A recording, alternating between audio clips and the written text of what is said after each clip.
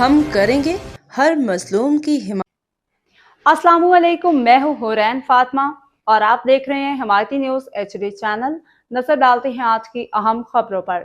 تھانہ سکھن پولیس کی بروقت کارروائی، گمشدہ بچہ والدین سے مل گیا۔ کراچی۔ نواز علی حمایتی کی رپورٹ۔ تھانہ سکھن کی حدود میں گمشدہ ہونے والا بچہ یاسر 1 ماہ بعد بحفاظت اپنے والدین سے مل گیا۔ یہ کامیابی تھانہ سکھن پولیس اور سماجی شخصیت شاہد خان کھٹک کی بروقت مؤثر کوششوں کے نتیجہ ہے۔ تفصیلات کے مطابق بچے کی گمشدگی کے بعد تھانہ سکھن پولیس نے معاملے کو سنجیدگی سے لیتے ہوئے تفتیش کا آغاز کیا۔